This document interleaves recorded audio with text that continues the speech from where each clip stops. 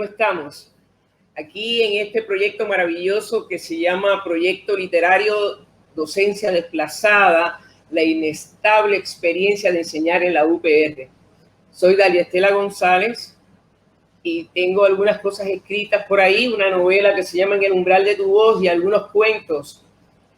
Pero ahora realmente lo más que me importa es que podamos conectarnos con este proyecto maravilloso donde vamos a darle voz a todas las angustias, a todos los conflictos y a todos los problemas que hemos tenido como docentes sin plaza, como lo soy yo también.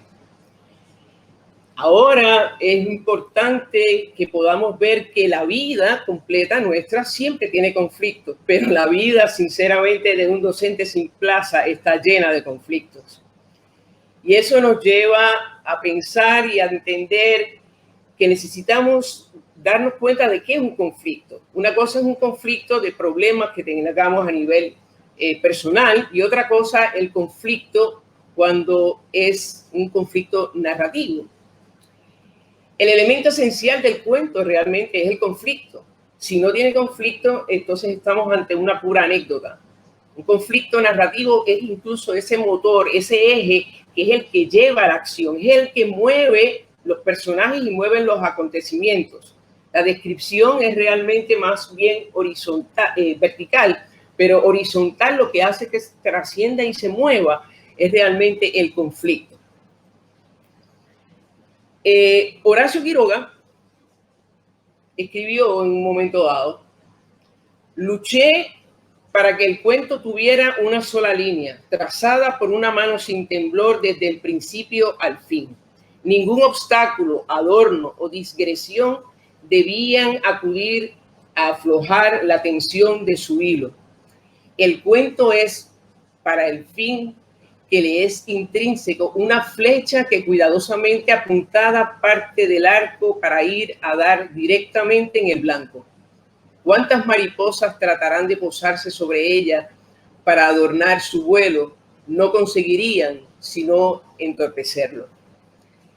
Así debe ser el conflicto. Eso justamente nos trae lo que es el cuento. La esencia, el núcleo de un cuento es el conflicto. Y no puede estar trazado ni movido para ningún lado, ni que se posen otras cosas. Es decir, yo suelo decirle a mis estudiantes en creación literaria que no se puede ir a cazar conejos. Los conejos van para un lado y para el otro. Y en el cuento debe haber un solo conflicto. Y ese conflicto ser como esa flecha que habla Quiroga, que debe ir directa y sin buscar otros espacios. ¿Cómo o cuáles son esos elementos importantes para ir trazando lo que es un conflicto? Pues primero necesitamos como parte de todo un personaje, un actante.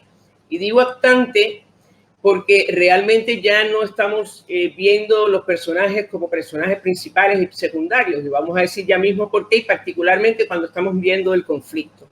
¿Cómo lo creamos? Un personaje. Dos, una meta tangible o intangible que necesita alcanzar, ya sea de forma consciente o inconsciente. Es decir, esto de la meta es como el objeto del deseo. Pero, y aquí vemos por qué no existen personajes principales o personajes secundarios. Es que todos los personajes, todos los actantes tienen un objeto del deseo. Y cuando estamos construyendo entonces cuál va a ser el conflicto de nuestro cuento, necesitamos concederle a ese actante un objeto del deseo, que ya sea que usted lo exprese directamente porque está consciente de su personaje que ese es su objeto del deseo, o porque incluso el personaje no lo sabe. No sabe que está detrás de algo, no sabe que está detrás de la felicidad, pero ese es lo que lo mueve. Entonces, el tercer elemento es una fuerza antagonista que lo impida.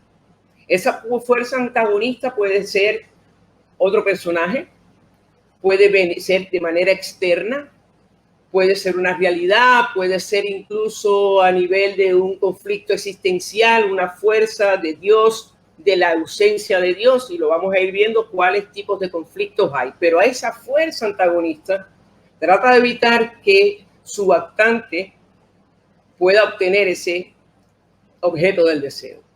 Y algo que motive al personaje a enfrentar esa fuerza antagonista.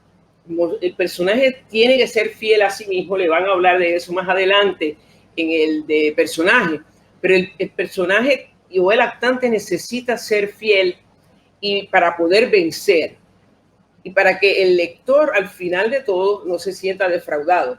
Así que tenemos estos 4 elementos importantes para poder crear el conflicto. ¿Cuáles son los tipos de conflicto?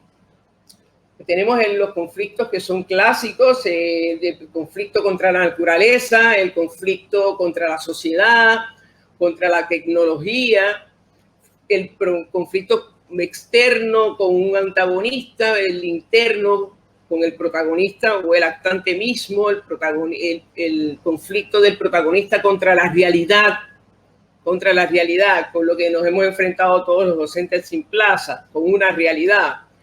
El protagonista tiene un conflicto contra Dios o el protagonista tiene un conflicto contra la ausencia de Dios o con él mismo, también en términos del autor. Podemos movernos durante esos diferentes tipos de conflictos, ya sean conflictos externos o internos. El protagonista, por ejemplo, en el cuento de A la deriva, que lo pueden conseguir en internet, de Horacio Quiroga, es un conflicto con la naturaleza. Lo muerde una serpiente y lo sabemos desde el principio, y luego vemos cómo hay todo una manera de él tratar de vencer para no morir, aunque desde el principio sabemos que serpiente venenosa es seguro la muerte. Y ahí tenemos entonces un conflicto externo que, aunque es un mismo conflicto, puede tener solapadamente escondidas un conflicto también personal del personaje principal. Pero lo que a todas luces se ve en ese témpano de hielo sobre el cual que hablaba Hemingway, sobre el cual vemos esa anécdota, es ese conflicto en A la deriva con la naturaleza. Conflicto contra la sociedad, en algo muy grave va a suceder en este pueblo de Gabriel García Márquez.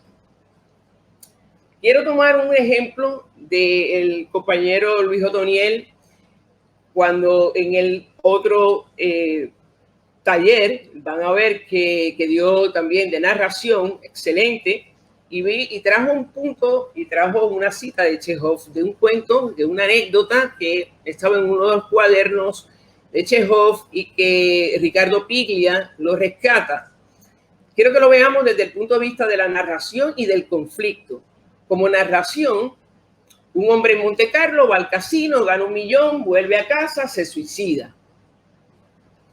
Hay 2 líneas justamente ahí, que es lo que particularmente Ricardo Piglia siempre dice, que en un cuento se cuentan siempre 2 historias, la que está encima de ese, en el mar, en ese témpano de hielo, y la que está por debajo.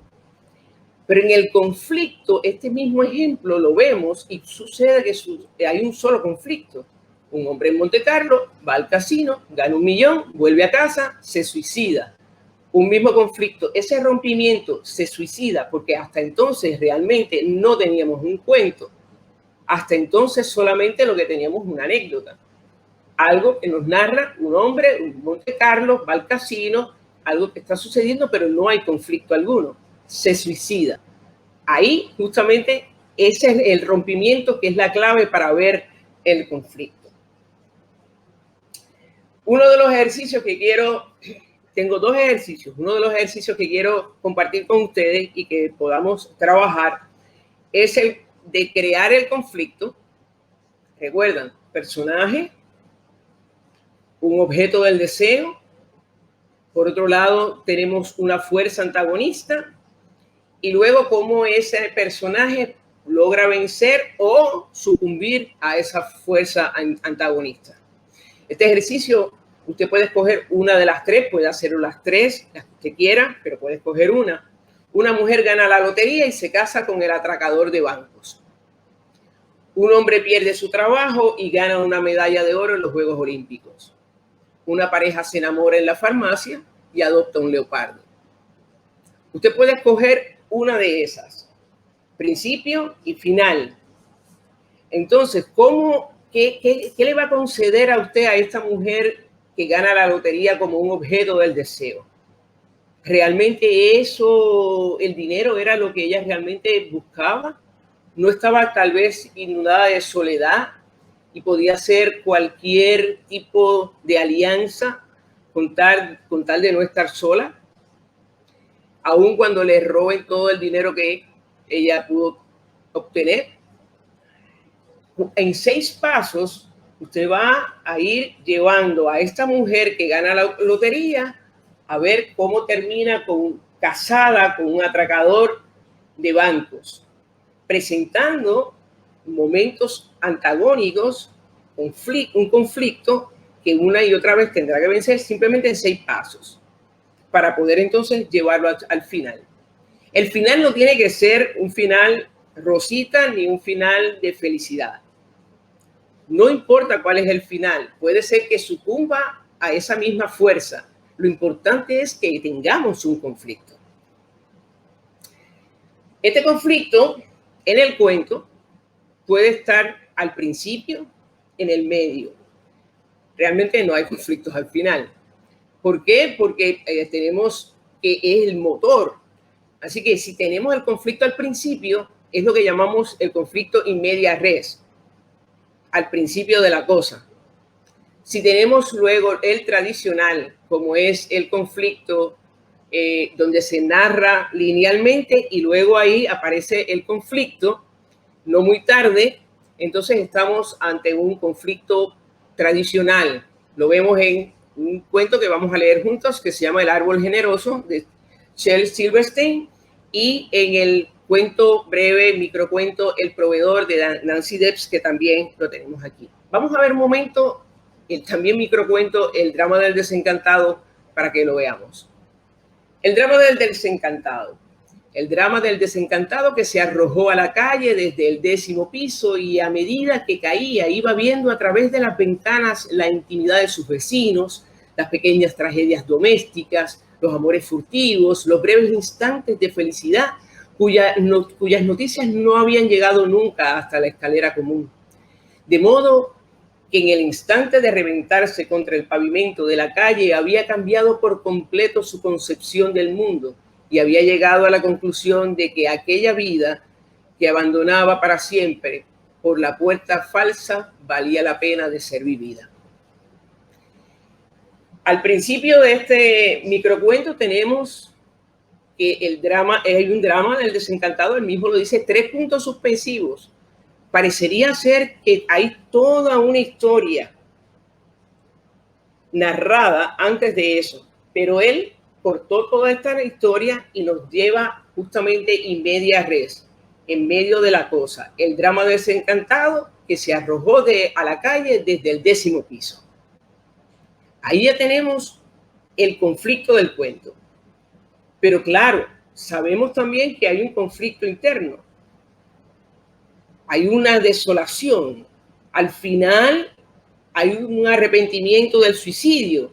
Pero esa es la manera en que él trabaja a través del cuento, que realmente es una sola línea, dividida por comas, lo que es este conflicto. Vamos a ver. El proveedor. El proveedor de Nancy Debs. El niño de 6 años, hambriento, se acercó al pelotón enemigo a pedir comida. Uno de los soldados colocó en las pequeñas manos varias cucharadas de arroz cocido. El chico posó la vista en el alimento acabado de recibir. Sacó la lengua para humedecer los labios, antes de tragar la abundante saliva que le subió a la boca. Luego miró al soldado. Gracias, dijo. Con mucho cuidado, sin dejar caer ni un solo grano al piso, guardó el arroz en los bolsillos y corrió. En casa, la madre y el hermano esperaban ansiosos la cena. El conflicto en este cuento lo tenemos justamente en el medio. Al principio lo vemos lineal, el niño de 6 años se acerca al pelotón y nos está narrando. Pero no es sino cuando dice el chico posó la vista en el alimento acabado de recibir, sacó la lengua para humedecer los labios antes de tragar la abundante saliva que le subió por la boca. ¿Comer o no comer? Y ahí el dilema. Ahí está el conflicto. Por eso, usted puede pensar el conflicto desde antes, hacer un mapa, decidir cuál es el conflicto, cómo lo va a enfrentar, o por lo menos cuál es el conflicto. Y eso es lo que le llamamos el escritor mapa. Determina el conflicto narrativo desde el principio. O el escritor brújula. A veces podemos ser escritores brújulas, otros mapas, donde tal vez tengas que escribir unas pocas páginas o por lo menos algunos párrafos para ir afinando cuál es ese conflicto. Y ahora, en este momento, quisiera que pudiéramos leer juntos este cuento muy breve de El árbol generoso por Shel Silverstein, donde vamos a ver cómo una palabra realmente es la que empieza a crear el conflicto. El árbol generoso por Shel Silverstein. El árbol generoso por El árbol generoso. El árbol generoso por Shel Silverstein. Para Nikki. Había una vez un árbol que amaba a un pequeño niño. Y todos los días el niño venía y recogía sus hojas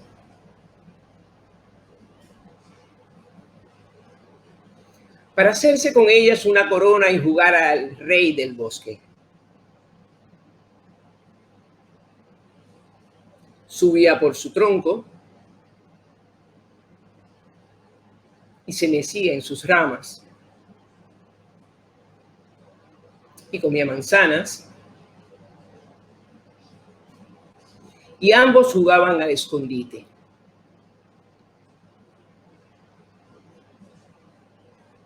Y cuando estaba cansado, dormía bajo su sombra.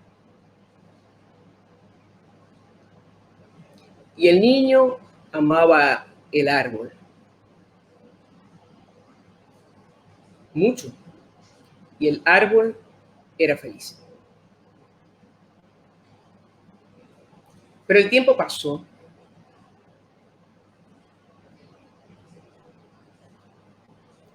Y el niño creció.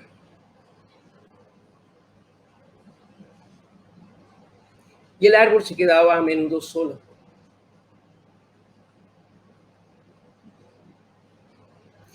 Pero un día, el árbol vio venir a su niño y le dijo: ven, niño, súbete a mi tronco, mécete en mis ramas, come manzanas y juega bajo mi sombra y sé feliz. Yo soy muy grande para trepar y jugar, dijo él. Yo quiero comprar... aquí hay un problema.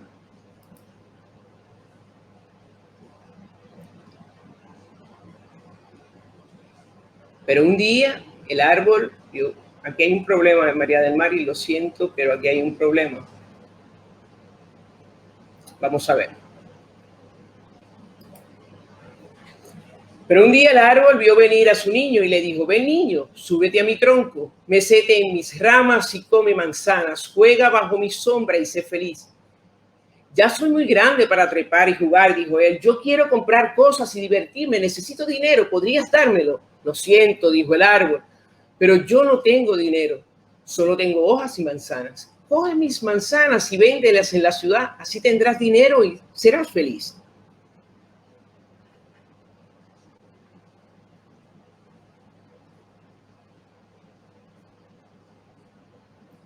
Y así él se subió al árbol y recogió las manzanas y se las llevó, y el árbol se sintió feliz.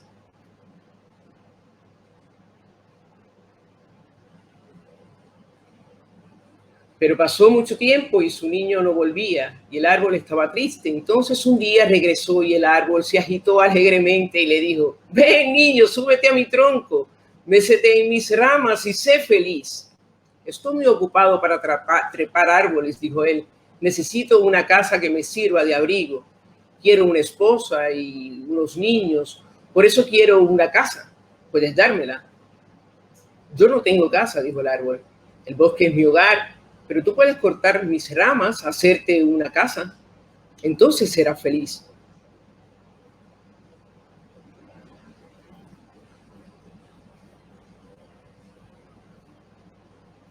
Y así él cortó sus ramas y se las llevó para construir su casa. Y el árbol se sintió feliz.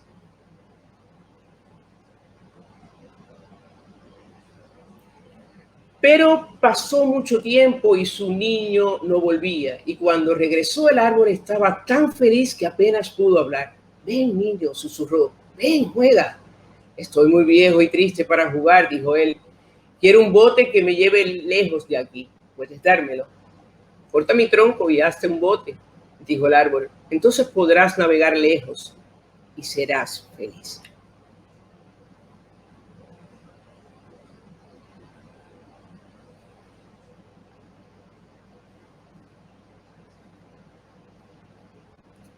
Y así él cortó el tronco y se hizo un bote y navegó lejos. Y el árbol se sintió feliz, pero no realmente. Y después de mucho tiempo, su niño volvió nuevamente. Lo siento, niño, dijo el árbol, pero ya no tengo nada para darte. Ya no me quedan manzanas. Mis dientes son muy débiles para comer manzanas, le contestó. Ya no me quedan ramas, dijo el árbol. Tú ya no puedes mecerte en ellas. Estoy muy viejo para columpiarme en ramas, respondió él. Ya no tengo tronco, dijo el árbol. Tú ya no puedes trepar. Estoy muy cansado para trepar, le contestó. Lo siento, se lamentó el árbol. Quisiera poder darte algo, pero ya no me queda nada. Soy solo un viejo tocón. Lo siento.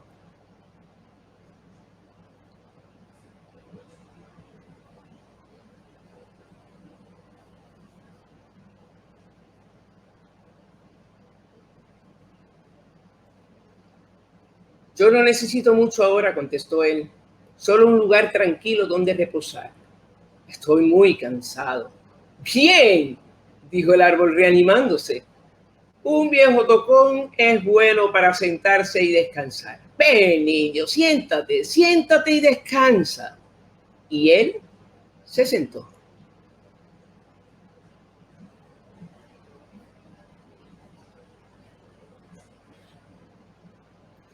Y el árbol fue feliz.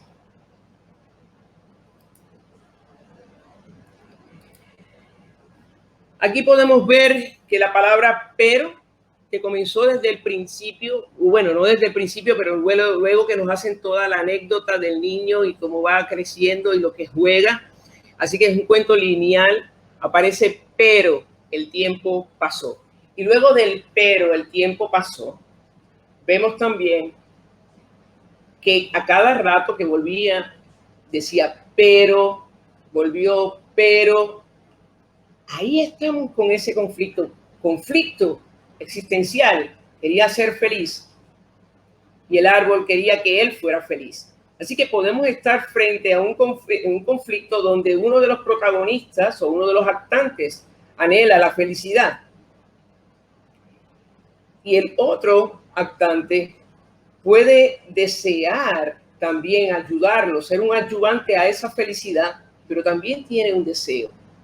Sigue teniendo un objeto del deseo. El objeto del deseo del árbol también era ser feliz. Ser feliz haciendo feliz al niño.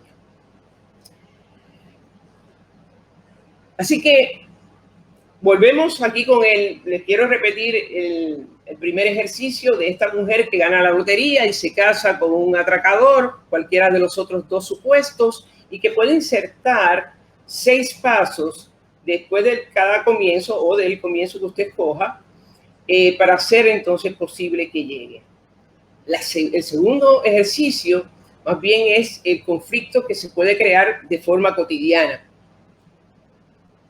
Un personaje que hace un pedido en Subway. ¿Cómo creamos un conflicto ahí? Personaje, objeto del deseo, antagonismo, fuerza que lleva al protagonista o al actante, personajes que lavan la ropa, personajes en una cena familiar, un personaje o varios personajes que se preparan para un viaje, personaje que alimenta una mascota o un personaje que alimenta una mascota. Aquí podemos verlo de forma cotidiana.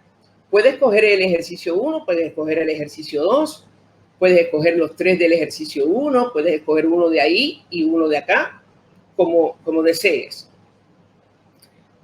Pero quiero dejarles también con cuáles son los errores frecuentes al momento de crear un conflicto narrativo.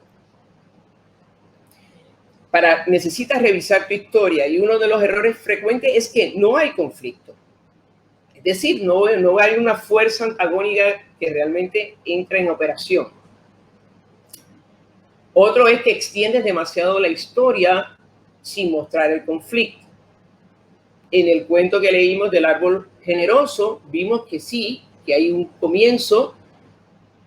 Sin embargo, al momento en que ya pasan 3, 4 páginas, vemos directamente, pero el tiempo pasó. Que no haya un conflicto ninguno o que tengas más de un conflicto. No es una novela. En una novela puedes tener más de un conflicto, pero en un cuento tiene que ser un solo conflicto. Mostrar más que decir. Estás diciendo, el conflicto es que el árbol quería ser feliz. Ahí lo estás diciendo. Realmente lo importante es mostrarlo. A pesar de que la palabra feliz aparece en más de una ocasión aquí, la realidad es que se muestra con acciones la búsqueda de ese objeto del deseo.